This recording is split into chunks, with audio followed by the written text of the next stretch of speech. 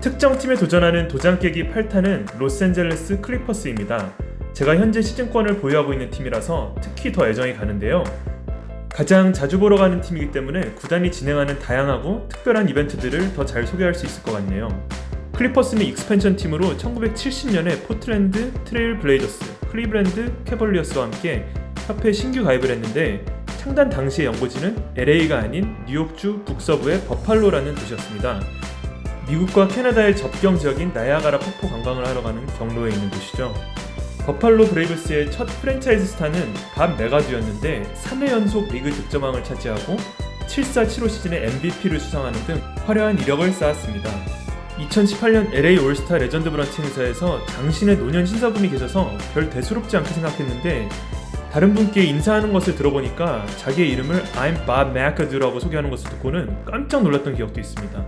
행사장을 가기 전에 별 생각 없이 밥 메가두의 브레이브스 시절 하늘색 유니폼을 집에 두고 갔는데 지금까지도 땅을 치고 후회하고 있습니다. 팀의 대들보는 대단했지만 플레이오프에서 번번이 워싱턴 위저즈와 보스턴 셀틱스와 같은 동부 강호들에게 앞길을 가로막히게 됩니다. 가로막힌 것은 우승으로 가는 길목만이 아니었는데 같은 버팔로 지역 캐니셔스 대학 농구팀과 같은 홈코트를 나눴으며 경기 일정 우선 선택권을 빼앗겨 팀의 연고지 연착륙을 방해당했죠. 투자 가치 회수의 어려움 때문에 구단은 매각이 되고 결국 나라의 정반대편에 위치한 서부 캘리포니아의 샌디에이고로 78년에 이전하게 됩니다. 수년 전에 휴스턴에게 팀을 빼앗긴 샌디에이고는 두 팔을 벌려 새로운 구단을 환영했는데요. 이 과정에서 새로운 팀명 클리퍼스로 개명을 하게 되죠. 도대체 감이 안 잡히는 클리퍼스라는 팀명은 항구 도시 샌디에이고에 정박하는 대형 돛담배를 뜻하는데요.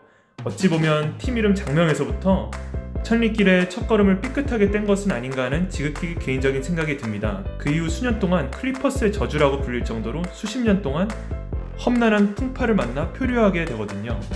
일단 윗물이 맑지 않다는 점이 가장 큰 문제점이었는데 NBA를 통틀어 역대 최악의 구단주로 꼽히는 도널드 스털링이 8일 시즌에 팀을 매수하게 되면서 기나긴 침체기에 빠지게 됩니다. 흑인 선수들이 대다수인 리그에서 인종차별적인 사고 방식으로 팀을 소유했으니 팀이 제대로 운영되었을 리가 만무하죠. 84년에 리그의 반대를 무릅쓰고 연고지를 샌디에고에서 본인의 고향인 LA로 이전을 시키는데 이때부터 리그와의 갈등이 시작됩니다.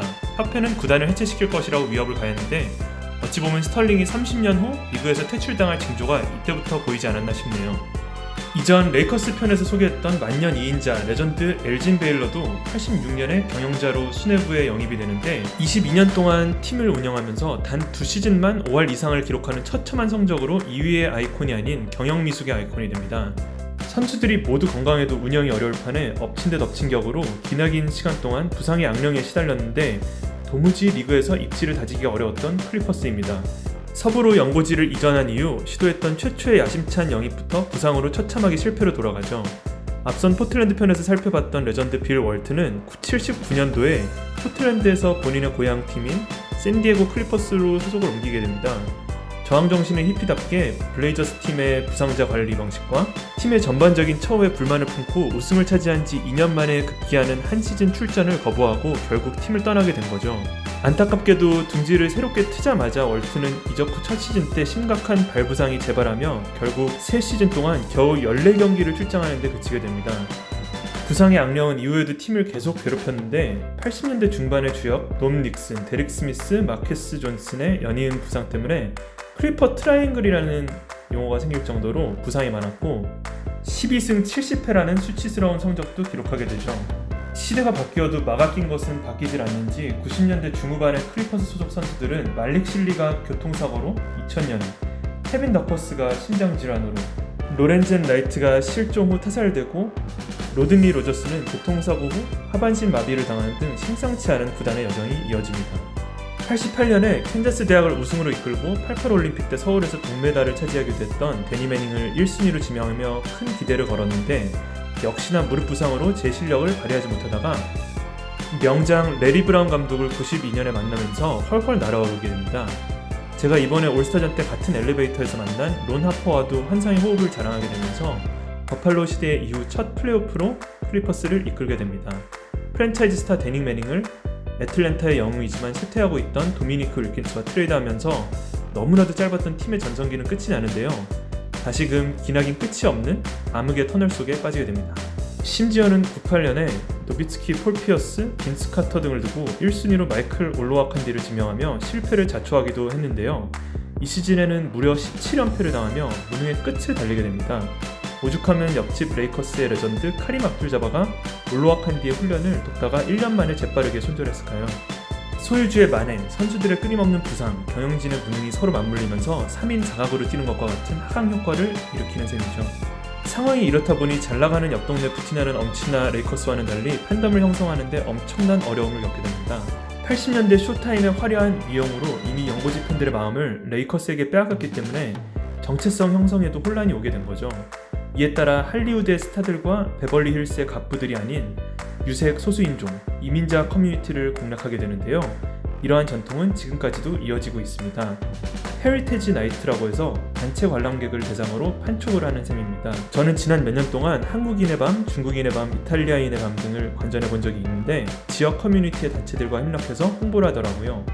예를 들면 한국인의 밤에는 LA 지역 교민은행이라고도 할 수 있는 한미은행, 미주중앙일보사와 함께 이벤트를 진행했습니다. 프로모션의 내용은 다음과 같았는데 일반 개장 시간보다 30분 일찍 입장해서 선수들의 프리게임 연습 루틴을 단체로 관람을 하고 문화적 특색이 담긴 팀 물품 증정, 하프타임 때 해당 문화권 가수의 토빙 공연 등이 포함되어 있더라고요. 협력 사업체와 비영리 단체의 직원들이 한복을 입은 모습도 반가웠습니다. 2019년에 갔을 때는 LA 출신 래퍼 주노플로를 만날 수가 있었습니다. 같은 날 경기장 안 맥도날드에서 저녁을 사려고 줄을 서는데 바로 앞에 한국분들이 계셔서 자세히 살펴보니 운동선수들인 것 같더라고요. 나중에 찾아보니까 두산 베어스의 오재원, 오재일 선수더라고요. 두산 팬분들께는 죄송하지만 팀의 주축 선수들이 식단 조절하지 않는 현장을 적발했습니다. 오재원 선수는 이지부스트인가를 신고 계셨는데 신발이 멋있더라고요. 들어보니 미국 현지 타격 코치에게 타격 폼을 교정받는 훈련을 받으러 왔다고 하더라고요. 레이커스 경기가 연인끼리 가거나 비즈니스 파트너 접대용으로 가는 화려함이 있다면 클리퍼스는 가족 단위로 함께 보거나 친구들과 관람을 오는 조금 더 편안한 분위기라고나 할까요? 그러고 보면 클리퍼스의 전략이 통했는지 학창시절에는 클리퍼스 팬이 친구가 딱 한 명 있고 전부 다 레이커스 팬이었는데 비해 요새는 그나마 조금 늘어서 LA 현지 팬들을 살펴보면 8대2 정도의 비율로 따라잡은 것 같네요. 클리퍼스 구단의 역사 이야기로 돌아가자면 안개 자욱했던 과거를 청산하고 2000년대에 들어서면서 서광이 비치기 시작하는데요. 99년에 전천후 포워드 라마 오덤을 4순위로 지명하고 2000년에는 절친 고딩 듀오 데리어스 마일스, 퀸틴 리처드슨을 지명한 데다가 시카고 불스에서 신인왕을 차지했던 빅맨 엘튼 브랜드를 영입하면서 이미지를 쇄신하게 됩니다. 만년 패배의 아이콘에서 벗어나 처음으로 젊고 에너지 넘치는 팀으로 리브랜딩을 한 셈이죠. 속공에 이은 알리웁도 많았던 플레이 스타일 자체도 굉장히 역동적이었던 기억이 나네요. 마일스와 리차드슨은 얼마 전에 스테이플 센터에 다시 초대되어 볼 수 있었는데 두 선수 다 고등학교를 갓 졸업한 풋풋하면 어디 가고 동네 아저씨의 소탈하고 투실투실한 모습이어서 놀랐던 기억이 나네요. 특히나 마일스는 길 가다가 알아보기 어려울 정도로 많이 변해 있었는데 동네 안과에서 사이너가 있어서 클리브랜드 저지에 사인을 받을 수 있었습니다. 왼손잡이 만능 제주꾼 라마 오덤은 LA를 연고로 둔 클리퍼스와 레이커스에서 모두 뛰었던 독특한 이력을 가져서 그런지 현지 팬들의 지지가 굉장하더라고요. 대형 스포츠 매장의 개점식 때 사인회가 있었는데 큰 환호성과 함께 등장했습니다.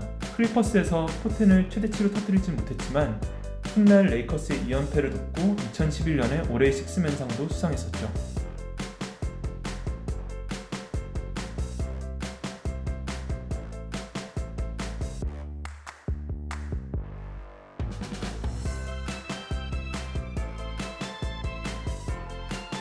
실제로 만난 라마 오덤은 굉장히 친절했는데요. 국대 저지와 클리퍼스의 레트로 저지에다가 사인을 받을 수가 있었습니다. 개성 넘치고 활기찼던 연건들은 결국 기대만큼 성장을 못하게 되면서 팀을 떠났지만 엘튼 브랜드는 팀에 남아서 2006년에 30년 만에 첫 플레이오프 시리즈를 이기는 데 큰 공헌을 했죠. 지금은 필라델피아 식서스의 GM으로 활동을 하고 있는데 라스베가스 서머리그에서 식서스 저지에다가 사인을 받을 수 있었습니다.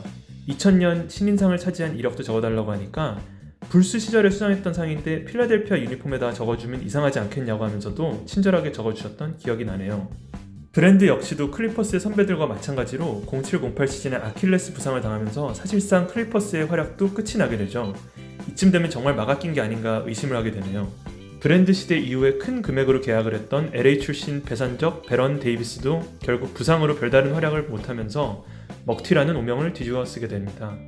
2000년대가 만년 꼴찌 팀의 이미지를 탈피했다는 데에 의의가 있다면 2010년대는 클리퍼스 창단 이후 최초의 도약기라고 볼 수 있습니다. 서부의 강자로 자리매김하면서 꾸준히 플레이오프에 진출하게 되는 거죠. 클리퍼스의 위상이 바뀌게 된 데에는 세 가지 결정적인 사건이 있었는데, 첫째가 2009년 드래프트 1순위로 블레이크 그리핀을 지명한 기념비적인 일이었고, 두 번째가 데이비드 스턴 총재의 어시스트를 받아서 코트의 작은 사령관 크리스 폴을 호네츠로부터 영입한 일이었으며, 마지막으로는 구단의 소유권이 도널드 스털링에서 마이크로소프트 CEO 출신의 스티브 발머로 넘어간 사건이었죠. 엄청난 운동신경을 바탕으로 포스트 플레이도 뛰어났던 그리핀은 데뷔할 당시 클리퍼스의 악령을 피해가지 못했는데요.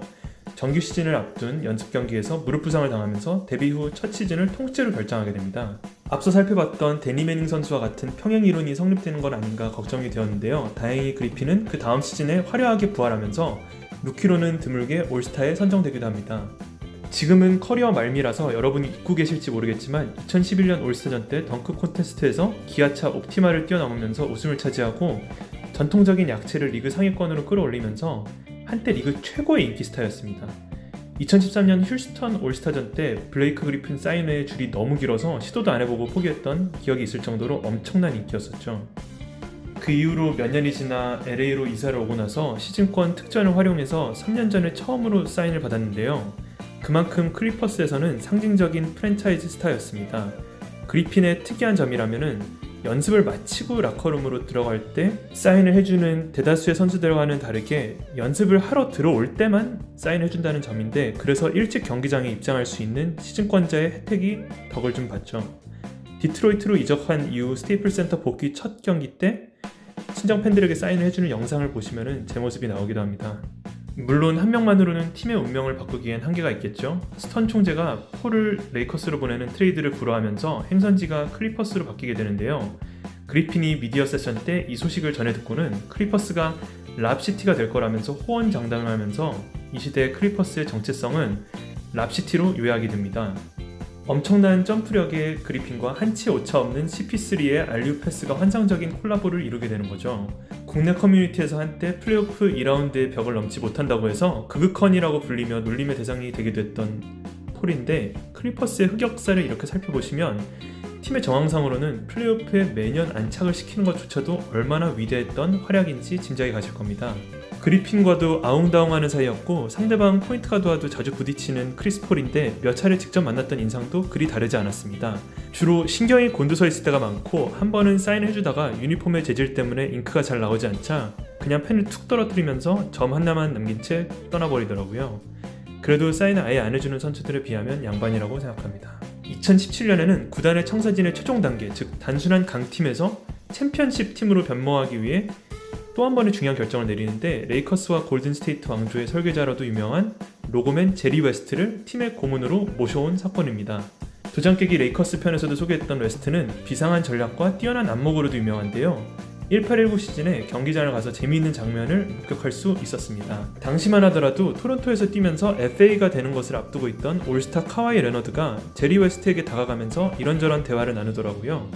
소위 말하면 밑밥을 깔아놨던 거죠. 결국 카와이는 남은 기간 동안 토론토에서 좋은 활약을 펼치면서 팀을 창단 첫 우승으로 이끌고 오프시즌 때 클리퍼스와 계약을 하게 되었으니 웨스트의 입김이 작용했다고 밖에 볼 수 없지 않을까요? 카와이뿐 아니라 실력이 탁월한 조연들도 탄탄한 전력을 완성시켜주는데, 올해 식스맨상을 3차례나 차지했던 득점기계 루일은 팬들에게 항상 친절합니다. 사인 필체는 다소 성의 없는 L23이라고만 적어서 제가 핀잔을 주면서 이름 전체도 적어달라고 부탁하니까 웃으면서 그러면 사인이 아니지 라고 얘기하는데 딱히 할 말이 없더라고요.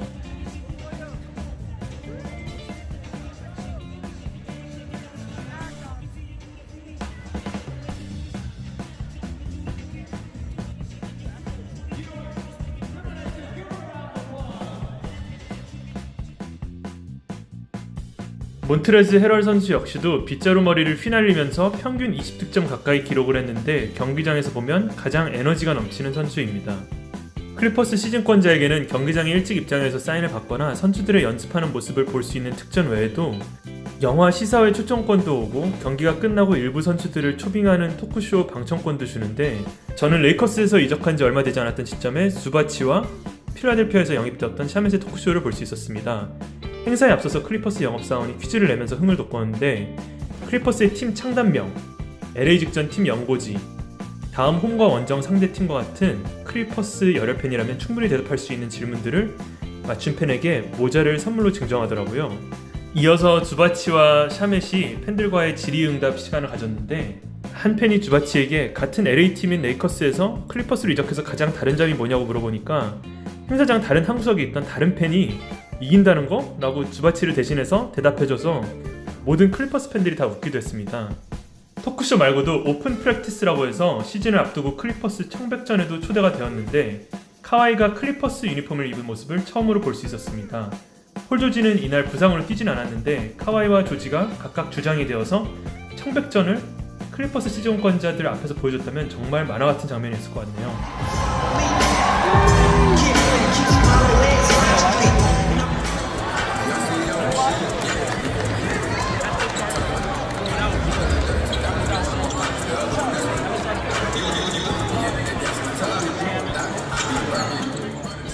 끝으로 토론토 올스타전 때 폴 조지와 함께 가족 사진을 찍었던 것을 올리면서 클리퍼스 편을 마무리하려고 하는데요. 암흑기에 끝이 보이지 않는 다른 팀들에게도 희망의 메시지를 전해주는 팀이 아닌가 싶네요. 물론 팀의 성적과 팬들의 지지는 거저 주어지지 않는다는 교훈을 던지기도 하고요. 확실하게 재정적인 지원을 해주고 열성을 다해 지지해주는 소유주, 뛰어난 안목과 칼같은 결단력으로 선수를 영입할 수 있는 경영진, 팬들의 욕구를 충족시키기 위해 분주하게 뛰어다니며 창의적인 이벤트를 홍보하는 영업팀까지 호연일체가 되어 구단의 운명을 바꾸기 위해 전력투구를 하고 있는데요. 클리퍼스의 미래가 더욱 기대되는 이유입니다. 사인왕인 만큼 구독자가 늘어야 사인을 받았던 기념품도 경품으로 나눠드릴 텐데 구독을 꼭 부탁드립니다. 감사합니다.